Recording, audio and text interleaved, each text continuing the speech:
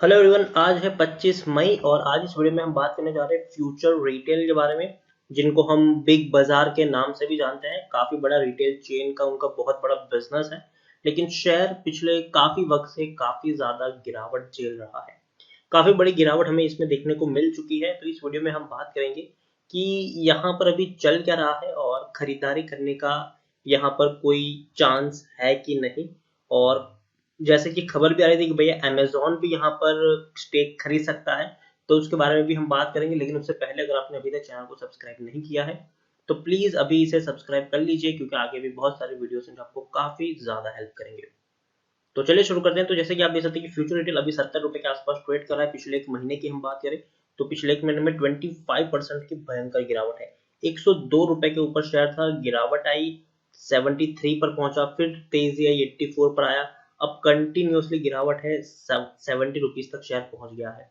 एक साल का अगर हम देखें तो एक साल में 84% की गिरावट है। भैया किसी ने सोचा नहीं था कि 485 रुपए से शेयर इस कदर टूटता हुआ नीचे आएगा। इस कदर 375 376 रुपए से शेयर गिरता हुआ नीचे आ रहा है, फिर बाउंस बैक किया, फिर गिरावट आई, फिर बाउंस बैक किया।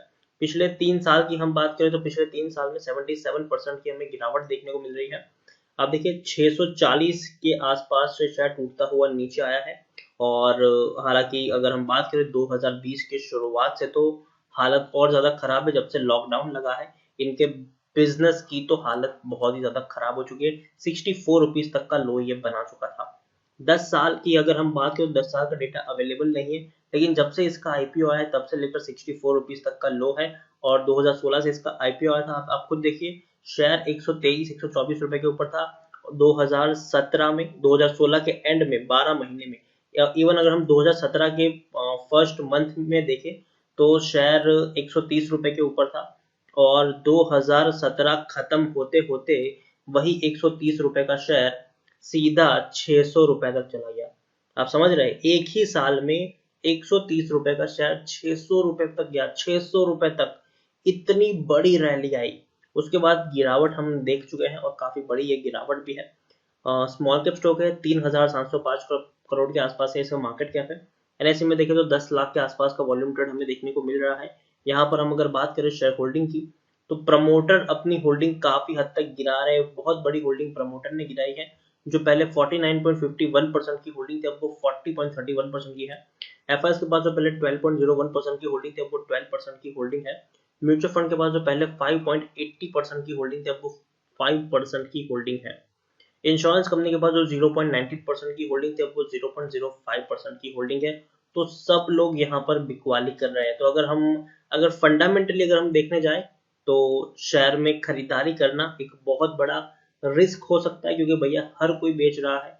और अब लोग तभी बेचते हैं जब कुछ दिक्कत हो यहाँ पर। लेकिन फिर भी कुछ चीजें हैं जिनको हमें ध्यान में रखना चाहिए, और शायद वो आपको खरीद बाइंग करने के लिए अट्रैक्ट भी कर सकती है। लेकिन उससे पहले हम यहाँ पर देखिए कि प्रमोटर के पास कितनी होल्डिंग है। तो प्रमोटर विथ हाईएस्ट होल्डिंग यहाँ पर है future corporate resource private limited, जिनके पास 33% की होल्डिंग है। और सारे के सारे मतलब टोटल 80% की उनकी जो होल्डिंग है वो गिरवी रखी हुई है। तो 80% की उनकी होल्डिंग गिरवी है। 35 म्यूचुअल फंड स्कीम ने पैसा लगाया है, 117 एफआईएस भी अभी भी यहाँ पर इन्वेस्टेड है। हाईएस्ट पब्लिक शेयर होल्डर की बात करें तो Bennett Coleman and company limited है, जिनके पास 5.78% की होल्डिंग है।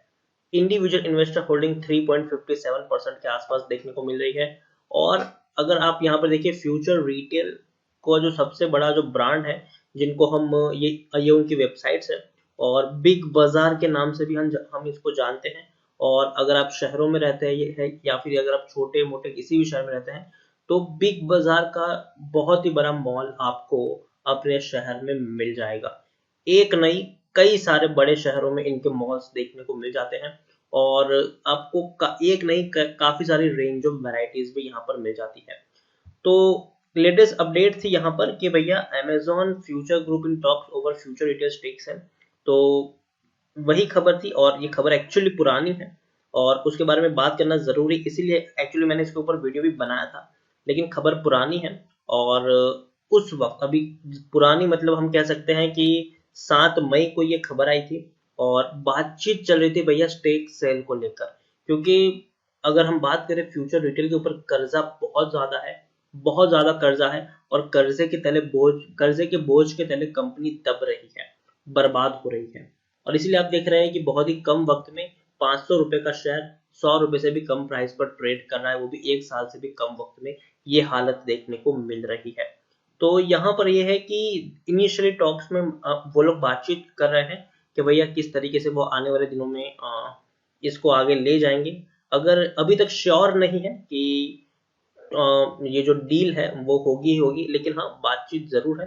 एक और खबर ये है कि फ्यूचर रिटेल के जो देखिए once India retail king Future retail promoter Kishore Biyani is stating hided. तो देखिए काफी ज्यादा कर्जा इनके ऊपर चढ़ चुका है। कोरोना वायरस की वजह से उनकी जो कंपनी है, मतलब फ्यूचर रिटेल की जो रेटिंग्स है, उसको काफी ज्यादा नेगेटिव में डाल दिया गया है। और उनकी जो स्टेक है, ज्यादातर स्टेक है, वो ऑलरेडी गिरवी है, जो मैंने आपको ऑलरेडी यहाँ पर बता दिया कि भैया 80% से भी ज्यादा की होल्डिंग यहाँ पर गिरवी है। तो देखिए there was a time when Kishore Biyani was called king of the retail in India. The chain of Big Bazaar store was country's first hypermarket retail outlet and rose to prominent with सबसे सस्ता सबसे अच्छा फिलोसॉफी। तो देखिए अगर हम बात करें तो बिग बाजार एक काफी वेल नोन और रेप्यूटेड ब्रांड जरूर है। But today, Biani is in trouble. Rating agencies has downgraded future returns as companies piling debt is only set getting worse during corona pandemic. तो देखिए ऑलरेडी कंपनी के ऊपर कर्जा बहुत ज्यादा है और कोरोना पेंडेमिक की वजह से एक बहुत बुरी क्राइसिस से वही भी ये लोग जूझ रहे हैं। अगर उनकी फैमिली नेटवर्थ भी काफी ज्यादा टूट चुकी है, जो पहले 1.8 बिलियन डॉलर हुआ करती थी, अब वो 400 मिलियन डॉलर हो चुकी है, और ये फोर्ब्स का कहना है। इन द थर्ड क्वार्टर अगर हम बात करें तो फ्यूचर रिटेल में लॉस भी काफी ज्यादा देखने को मिला है, और इकोनॉमिक पैंडेमिक की वजह से आने वाली सिचुएशन उतनी अच्छी नहीं रहेगी, ये भी कहना है।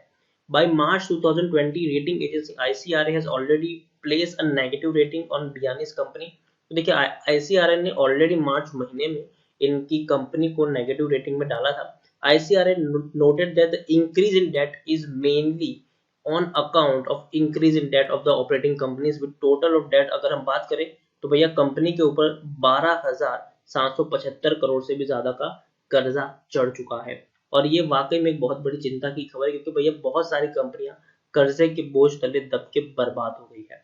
तो देखिए बियानी की फैमिली के पास तकरीबन 33.50% की होल्डिंग है, बट बहुत सारी जो 80% जितनी होल्डिंग है वो उनकी गिरवी रखी हुई है। लेकिन एक और चीज है जिसके ऊपर हमें ध्यान देना चाहिए, Biyani is now struggling to find investors. तो देखिए वो लोग इन्वेस्टर्स ढूंढ रहे हैं, जैसे कि जो खबर आई थी कि अमेजोन भी यहाँ पर हाथ डाल सकता है। According to the reports, Biani has given the mandate to Ambit, the investment bank, to find buyers for future supply chain. Future Consumer is currently looking to raise 300 crore through right issue. तो देखिए right issue से ये लोग 300 करोड़ रुपए का fund raise करने का भी प्लान कर रहे हैं।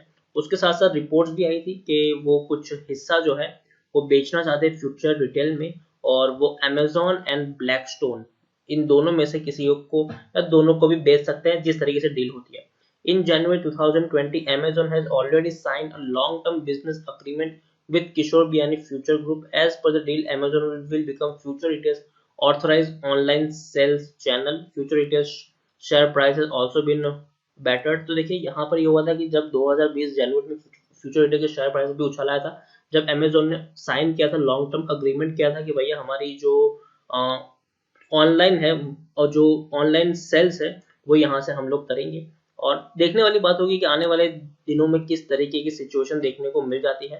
हालांकि अगर स्टेक सेल करते हैं और अमेजोन अगर इसमें खरीदारी करता है तो याद रखिए ये जो डूबता हुआ जहाज है ये वाकई में उड़ता हुआ रॉकेट भी बन सकता है। लेकिन पूरी की पूरी जो सिचुएशन है वो सिर्फ और सिर्फ एक डील के ऊपर डिपेंडेंट है, तो कुछ कहना मुश्किल है। लेकिन उससे पहले अगर हम यहाँ पर मनी कंट्रोल में देखें तो टेक्निकल रेटिंग बिल्कुल भी सही नहीं है। पी बहुत कम है, 5.21 का पी है, जबकि इंडस्ट्री पी 92 के आसपास है। बुक वैल्यू 73 है, प्राइस टू बुक वैल्यू 0.96 है, ईपीएस 13.42 है, और डिलीवरी 73 के आसपास देखने को मिली है। According to Moneycontrol user 91% लोग खरीदने की सलाह दे रहे हैं और 9% लोग बेचने की यहाँ पर सलाह दे रहे हैं। कंपनी का अगर हम देखें तो दिसंबर क्वार्टर में 170 करोड़ का प्रॉफिट कंपनी ने जरूर बुक किया था, और सितंबर में 170 करोड़ का प्रॉफिट है। दोनों क्वार्टर में 170 करोड़ के आसपास का प्रॉफिट है। और जून में 160 करोड़ के आसपास प्रॉफिट था, मार्च में 203 करोड़ का। तो भैया प्रॉफिट तो यहाँ पर अच्छा खासा देखने को मिल रहा है, लेकिन उसके बावजूद कंपनी ने अपने बिजनेस को खड़ा करने के लिए काफी ज्यादा पैसा पानी की तरह बहाया है, और उसके लिए उन्होंने काफी बड़ा कर्जा भी उठा कर रखा है। और वही एक रीजन है कि कर्जे के बोझ के तले कंपनी दब रही है पिछले काफी वक्त से, और इसीलिए कंपनी को अपने होल्डिंग बेचनी पड़ रही है। अब खुद देखिए कि प्रमोटर काफी ज्यादा होल्डिंग अपनी गिरा रहे हैं। 47% की होल्डिंग थी, अब वो 40% की है। जो पहले 48% की होल्डिंग गिरवी थी, अब वो 80% की होल्डिंग गिरवी है। एफआईएस भी यहाँ पर बिकवाली कर रहे हैं, जो 13.43% की होल्डिंग थी, अब वो 12% की होल्डिंग है। इंश्योरेंस कंपनी जो पहले 0.34% की होल्डिंग ओन करते थे, अब 0.05% है।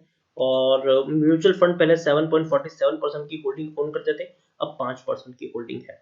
तो सब लोग बिकवाली कर रहे हैं, लेकिन जैसे कि मैंने कहा कि एक चीज है जो इनको उठा सकती है, और वो है फंड रेजिंग, और दूसरी कोई नया प्लेयर यहाँ पर आए। जैसे कि अगर अमेजोन के साथ डील होती है, और मुझे लगता है कि वाकई में अमेजोन को जरूरत है, जिस तरीके से जियो और रिलायंस इंडस्ट्रीज ने फेसबुक के साथ डील की है, और अब रिलायंस इंडस्ट्रीज जियो मार्ट को फेसबुक के व्हाट्सएप के द्वारा अग्रेसिवली प्रमोट करेगा, और आने वाले दिनों में जरूर जियो मार्ट काफी ज्यादा डोमिनेट कर सकता है बाकी लोगों को।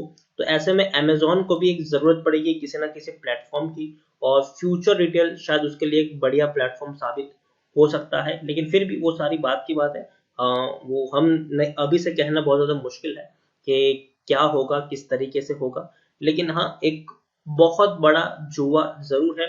लग गया तो तीर है, नहीं तो तुक्का आप इसको मान सकते हो। और मुझे लगता है कि future retail highly risky share है बाइंग पर्पज से, लेकिन जितना रिस्क है उतना रिवॉर्ड भी है।